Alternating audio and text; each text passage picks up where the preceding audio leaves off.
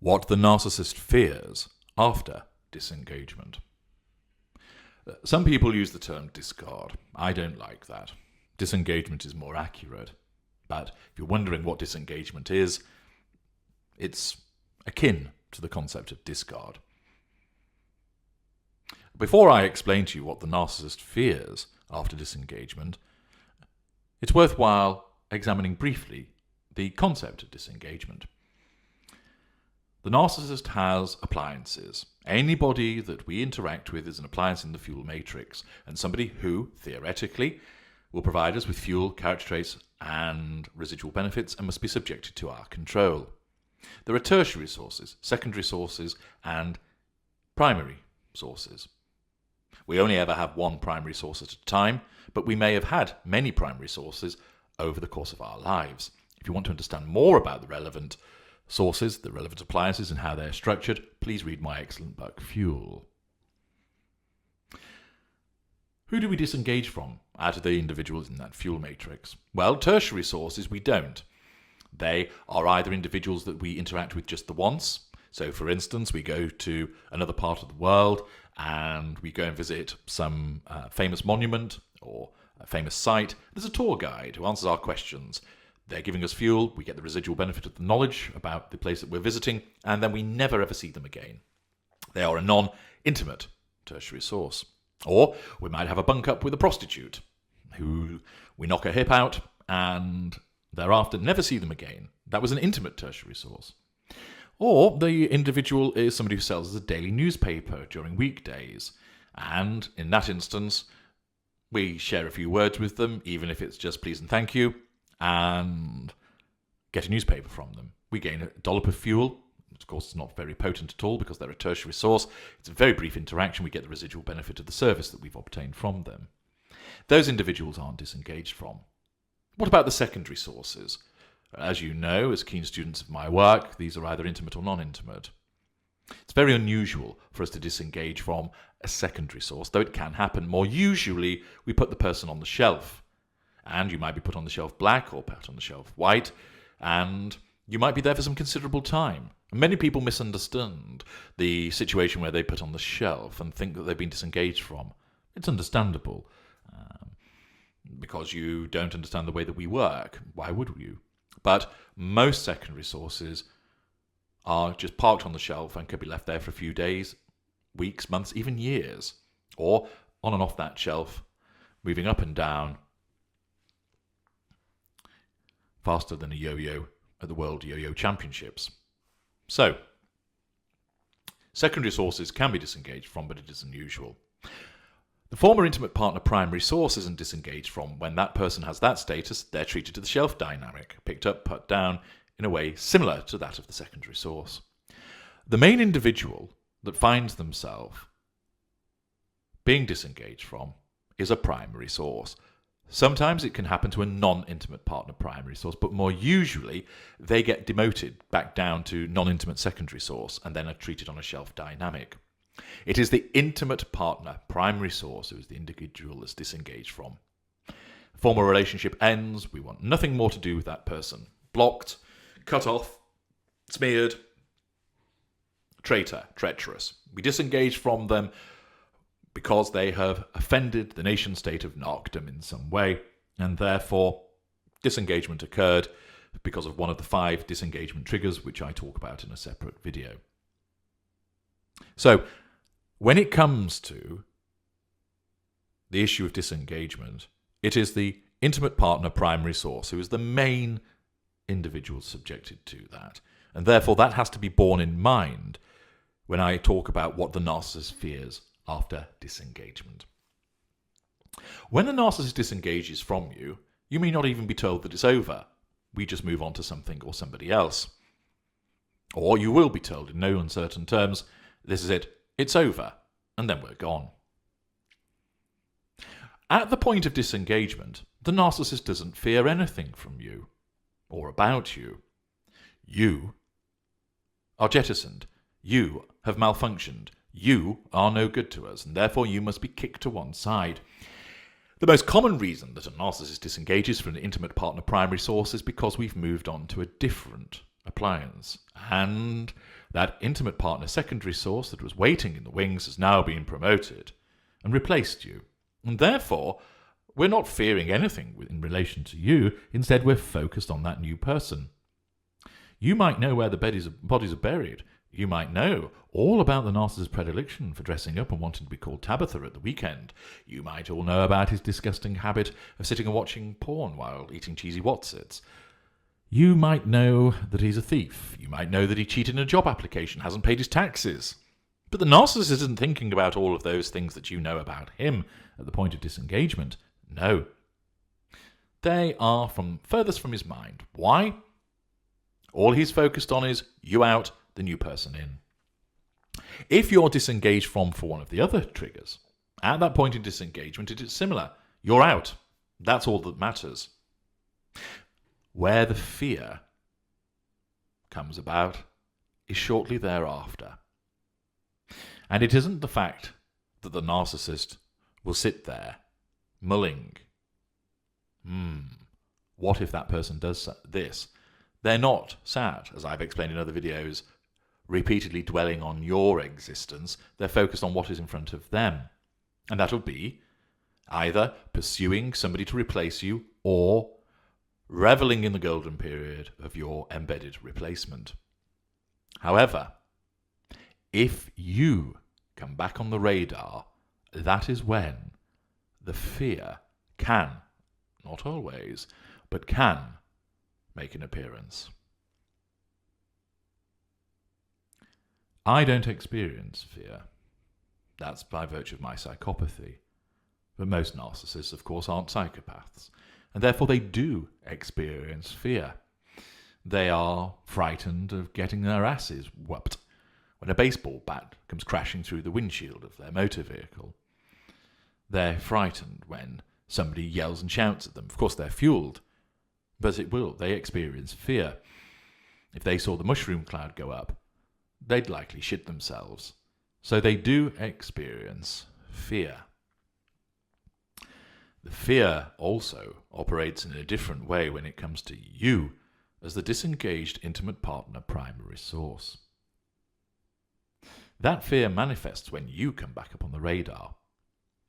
Accordingly, a friend bumps into the narcissist in the street, and let us assume that our disengaged intimate partner primary source is called Rebecca. And the friend says, "Oh, I saw Rebecca earlier this morning." Rebecca has now come up on the radar.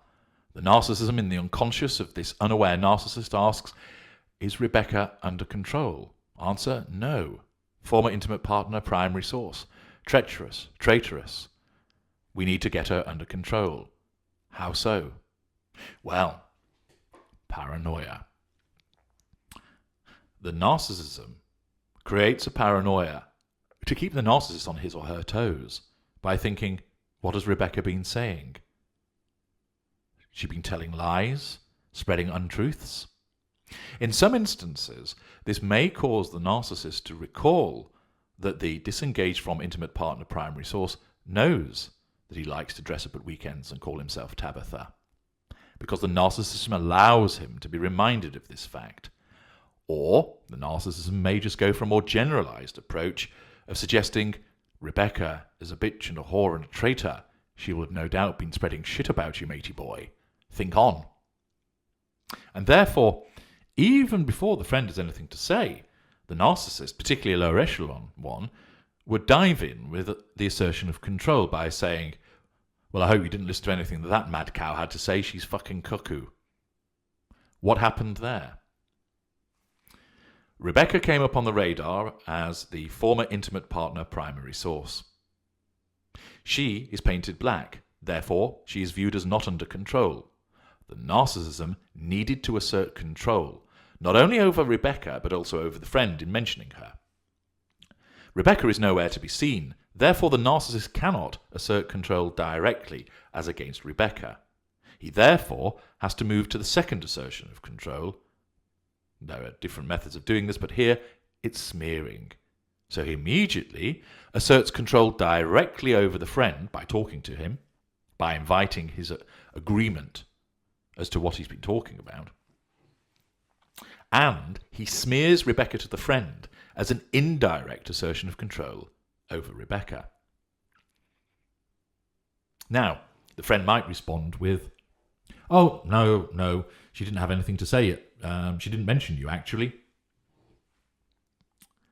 Now, that comment, of course, you might think, oh, so she hasn't talked shit about the narcissist. Well, no, she's failed to talk about the narcissist, and therefore the comment that comes back from the friend is actually challenge fuel, and on two fronts. First of all, the narcissist told that he doesn't matter to Rebecca because she didn't mention him, and also the fact that Rebecca herself didn't talk about him challenges the narcissist. So the narcissist then has to respond in order to assert control over that friend and also indirectly over Rebecca, and does so with some kind of retort about, "Oh, I'm not surprised she wouldn't talk about me. All she ever wanted to do was talk about herself. She's so self-centered and so self-obsessed, that cow."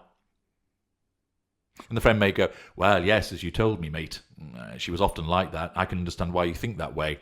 That agreement from this non-intimate secondary source, the friend, shows that they're under control with regard to the narcissist, provides the narcissist with fuel, but also, importantly, allows the narcissist in his alternate reality to experience in the subconscious the experience of control over Rebecca. He doesn't know that's what's happening because he's an unaware narcissist, but that is what is driving the behavior. And the narcissism caused him to believe that Rebecca has it in for him, and that he fears that she'll be bad-mouthing him, either based upon things that he has done, which have actually occurred, or just a general paranoia that she will be saying untruths and spreading misinformation about him. The narcissism has to cause that to happen in the mind of the narcissist to make him act so that he asserts control over the friend and, more importantly, over the former intimate partner primary source, Rebecca. So the narcissist feared that Rebecca had something bad to say about him. The narcissist feared that Rebecca might let the cat out of the bag about him being Tabitha, dressed up with his long red wig at the weekends. And thus, that, in a nutshell, provides you with an explanation and an example of what happens. But there are many. If the narcissist knows that the former intimate partner primary source is trying to contact the current intimate partner primary source, along comes the paranoia again. Don't listen to anything she has to say. If the narcissist is sat there and the former intimate partner primary source pops up to his head, the narcissism says, you need to assert control over her. You can do so indirectly. Remember, this is happening in the unconscious. Smear her to your new girlfriend. Assert control. And so the narcissist may say, just thought I'd let you know, if my ex ever contacts you, don't speak to her. She's jealous of you and I. She can't get over the fact that I ended the relationship. She's a meth head and an alcoholic. Horrible piece of work. Just stay away from her, okay? Don't believe anything she has to say. She's an habitual liar. That is done to assert control over the intimate partner primary source. Yeah, sure, babe, I agree. Yeah, don't worry. I love you. She's a nutcase, as you told me. And that response allows the narcissist to feel in the unconscious that he has asserted control indirectly over that former intimate partner primary source. This, in turn, of course, has amounted to the smearing and was driven by the paranoia that the former intimate partner primary source is going to come along and mess with the wonderful golden period, break it down, spoil it. Why? She is the traitor. That's what traitors do. And therefore, as part of the thought of when she comes along on the radar, the narcissism causes the narcissist to believe that she may well do this. Indeed, in certain instances, of course, you do try and warn the current intimate partner primary source about what they're dealing with, and therefore that only goes to prove that the paranoia was right, that you are interfering. Remember, your interference is never seen as justified because you're the problem and that you're telling lies and that what you're saying about the narcissist is completely made up and is unfair and cruel and unnecessary. And therefore, the narcissist fears the threat to control over other appliances occasioned by the disengaged appliance, fears that appliance may well go round and damage the facade, where a facade operates.